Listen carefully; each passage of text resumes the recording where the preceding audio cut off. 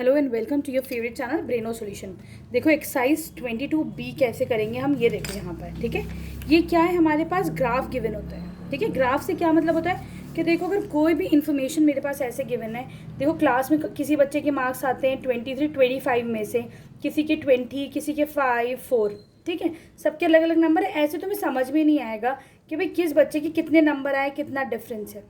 लेकिन अगर मैं ये ग्राफ के हिसाब से बनाती हूँ कि भाई राहुल क्या है 23, ठीक है, राज क्या है 20, कोई लड़की है मानो वीना, उसके आए 5 मार्क्स। ठीक है, 5 तो काफ़ी नीचे हो जाएगा, ये वाला ग्राफ यहाँ तक बनेगा।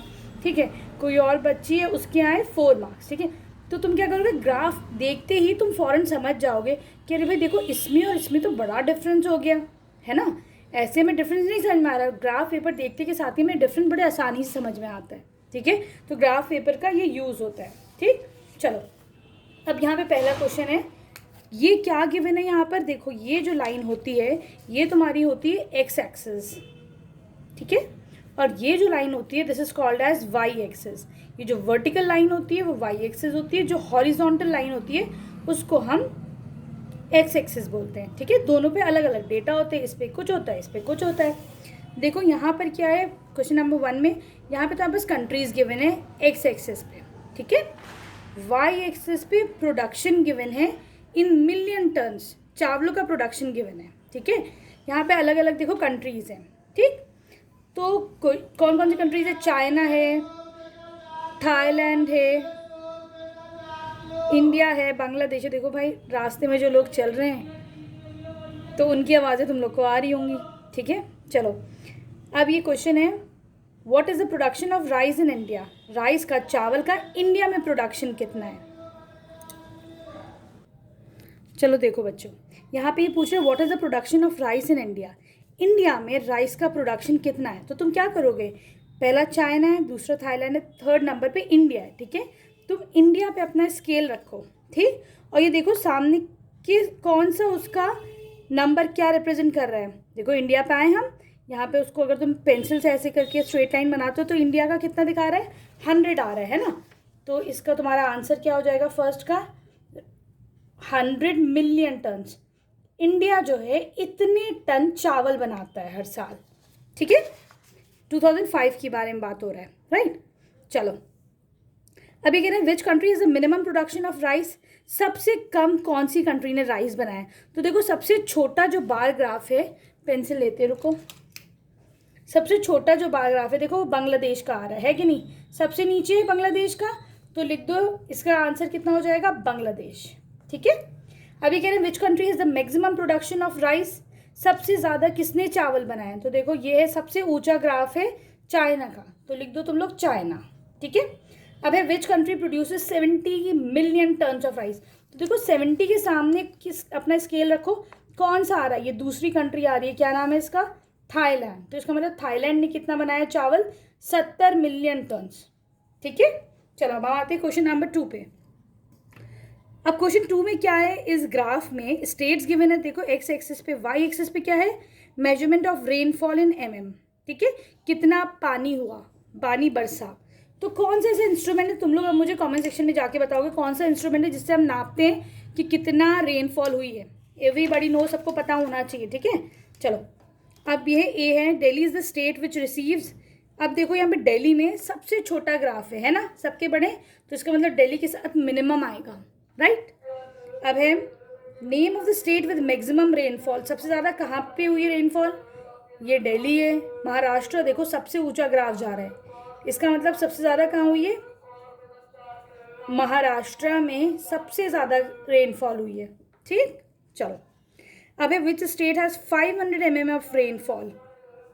तो अपने 500 पे रखो और देखो किस ग्राफ पेपर कहाँ, वो तुम्हारा कहाँ जा रहा है, ये आ रहा है तुम्हारा गुजरात पे, राइट। तो 500 mm ऑफ रेनफॉल कहाँ हुई है, गुजरात। ठीक है बच्चों, फिर कह रहे हैं पंजाब रिसीव्स, पंजाब में कितनी बारिश हुई। तो अपना स्केल लो, पंजाब पे लगाओ, वाई एक्सिस पे देखो कहाँ पहुँच रहा है, 300 पे पहुँच रहा है ना, तो लिख दो 300 mm। ठीक है, क्लियर। चलो अब देखते हैं क्वेश्चन नंबर 3। देखो ये सारे वर्टिकल ग्राफ थे, खड़े हुए ग्राफ थे, है कि नहीं। कैसे थे ये सारे ग्राफ? यूँ थे, वर्टिकल थे, खड़े हुए थे। यहाँ पे जो हम ग्राफ है जो क्वेश्चन नंबर 3 में है, दैट इज हॉरिजॉन्टल ग्राफ, लेटे हुए हैं सारे, है कि नहीं? लेटे हुए ना, जो चीज़ लेटी हुई होती है वो कैसी होती है? हॉरिजॉन्टल होती है। तो यहाँ पे क्वेश्चन नंबर 3 में तुम्हारे पास ऐसी कुछ ग्राफ है। देखो 2001 से लेके 2006 तक तुम्हारे पास एक स्कूल की फ़ीस है, कितनी बड़ी है फीस, ठीक है, कितना क्या फ़ीस हुई है हर साल। तो देखो what is the period covered in the bar graph, इस बार ग्राफ में कितना पीरियड हुआ है, कवर करा है इसने। तो देखो 2001, 2002, 2003, 2004, 2005, 2006, तो कितने साल हुए? 6 साल। तो तुम लिख दो ये 6 साल का टाइम पीरियड इसने कवर करा है, ठीक है। फिर है how much was the increase in fees from 2001 to 2004। तो देखो बेटा 2001 में कितनी फ़ीस है, देखो मैं अगर स्केल रखती हूँ तो ये आ रहा है तुम्हारा 300 आ रहा है, 400 सॉरी, 2001 में 400, तो लिख दो 2001 में है 400। अब देखो 2004 में कितनी है, स्केल लो अपना, इसको देखो 2004 में यह कहाँ आ रहा है? 700 पे आ रहा है ना। तो 2004 में है तुम्हारी फ़ीस 700 रुपीज़, तो दोनों का डिफरेंस कितना हो जाएगा? 700 माइनस 400, ये हो गया 300, ठीक है। चलो अब ये कह रहे हैं when was the fees minimum, सबके फीस कम कब थी? 2001 में देखो सबसे कम फीस है, सबसे छोटा ग्राफ है ना, 2001 में सबसे कम फीस है। सबसे ज़्यादा फीस कब है? जिसका ग्राफ सबसे ज़्यादा है 2004 में सबसे ज़्यादा ग्राफ है, ठीक है। Did the fees increase uniformly, इसका मतलब क्या है कि देखो यहाँ पे 400 थी फीस, अगले साल कितनी हो गई? 450, बल्कि 420 समझ लो, ठीक है। फिर कितनी हो गई? फिर ये हो गई है 580 मान लो। तो क्या बराबर से हर साल 100 रुपये या 200 रुपये हर साल बढ़ रहा है? नहीं ना, कभी 50 बढ़ा, कभी 20 बढ़ा, कभी 500 बढ़ा, कभी 1000 बढ़ा, तो ये यूनिफॉर्मली नहीं बढ़ रहा है। आगे समझ में इस क्वेश्चन का मतलब? चलो क्वेश्चन नंबर 4 क्या है? ये ग्राफ पेपर है, ठीक है ना, इसमें क्या है? क्राइम्स है, किस स्टेट में कितने जुर्म हुए, ठीक है। तो देखो ये कह रहे हैं कि which state reported the maximum number of crime, सबसे ज़्यादा क्राइम्स कहाँ हुआ? तो देखो यूपी में दिखा रहा है सबसे ज़्यादा क्राइम्स, ठीक है। चलो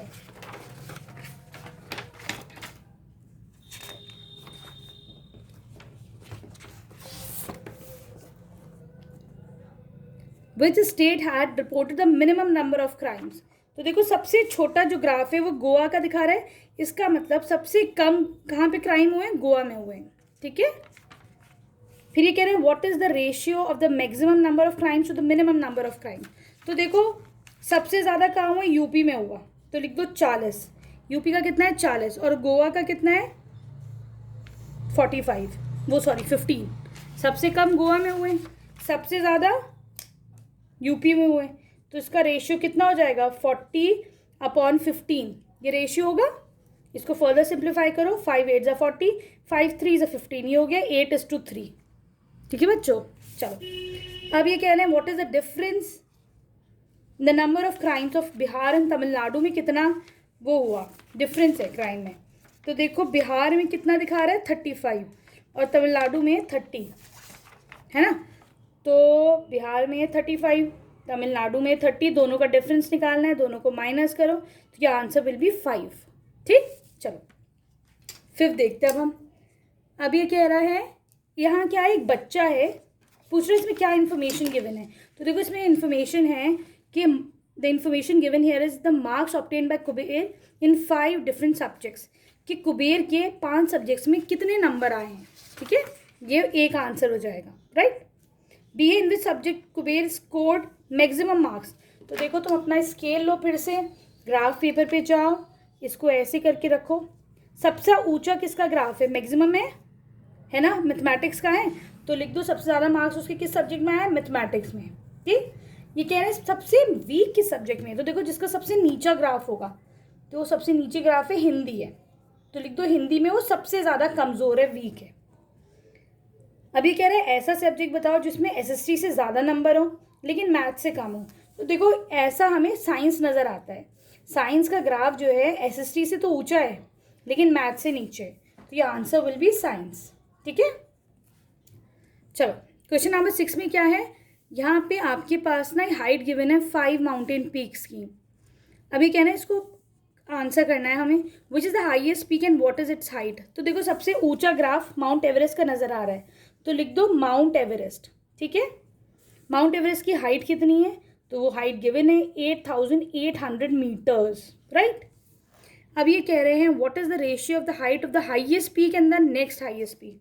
तो देखो सबसे ऊंचा है माउंट एवरेस्ट, उससे कम है कंचनजंगा। ठीक है, तो दोनों का हाइट में डिफरेंस देखते हैं क्या रेशियो आएगा। तो माउंट एवरेस्ट का है 8,800 और कंचनजंगा का कितना है 8,200। ठीक है, 2 से करती हूँ, 2 4 ज़ा 8, 2 4 ज़ा 8, 2 4 ज़ा 8, 2 1 ज़ा 2, तो ये रेशियो विल बी 44:41। ठीक है, ये आपका रेशियो आ जाएगा।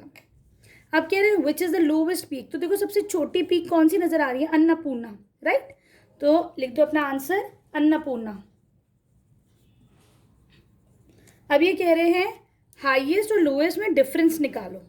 तो देखो हाईएस्ट है माउंट एवरेस्ट और लोएस्ट है अन्नपूर्णा, तो दोनों का डिफरेंस निकालो। 8,800 माइनस 6,000 कितना हो जाएगा 2,800 मीटर्स।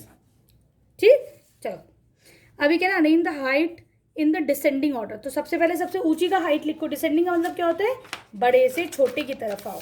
ठीक है, तो देखो सबसे ऊंचा लिखा मैंने पहले माउंट एवरेस्ट, फिर कौन सा आएगा कंचनजंगा 8,200 मीटर्स, फिर कौन सा आएगा नंगा पर्वत, ठीक है 8,000 मीटर्स, फिर आएगा तुम्हारा नंदा देवी, वो कितना है 7,500 मीटर्स, सबसे छोटी है तुम्हारी अन्नपूर्णा दैट इज 6,000 मीटर्स। तो ये लिख दी ना तुमने डिसेंडिंग ऑर्डर में अपनी इसकी हाइट। चलो अब कह रहे हैं अरेंज द, ये तो हो गया what is the difference the height of Nanda Devi, where is Nanda Devi is here, and Annapurna, दोनों का डिफरेंस निकालो। तो देखो नंदा देवी की है 7,500, अन्नपूर्णा की है 6,000 हाइट, डिफरेंस निकालो 1,500 मीटर्स इज द डिफरेंस। ठीक है, वीडियो पसंद आई तो प्लीज़ चैनल को सब्सक्राइब करना, शेयर करना। Thank you for watching Breno solutions.